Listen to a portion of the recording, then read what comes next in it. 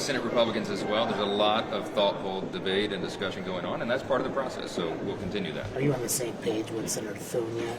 Yes, Leader Thune and I are on exactly the same page with regard to the objectives, and we're determining right now the final sequence of the play calls, so to speak, and that is part of this process. There's no intrigue about that at all. This is not some sort of, I feel like sometimes the media tries to make this an existential threat to the objectives or to what we're doing with the legislation. It's not that. This is two chambers deciding the best sequence of events, and we'll get to a perfect alignment here in the next, I think, a couple of days. So Is your preference still the one track?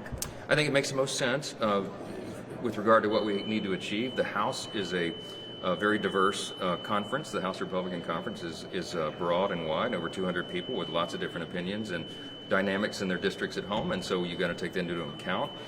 And we will. And so I think if you put all the measures into one package, it increases greatly the probability of us achieving all of those objectives, and that's why we've been focused on the one bill strategy. What about this single subject? You've been talking about single subject. This is not single subject. You're adding everything under the sun into one bill. Manu, you know that when you're talking about reconciliation, it is an exception to the rule. This is not an omnibus spending bill like appropriations. This is reducing spending, which is our objective.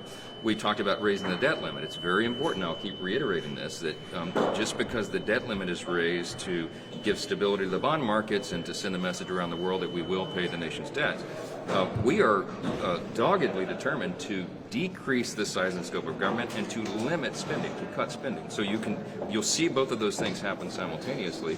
We will take care of our obligations and we will get government back under control. We're going to run the America First agenda, and it begins with reconciliation. So stay tuned for the. What's your feeling on policy baseline, Mr. Speaker?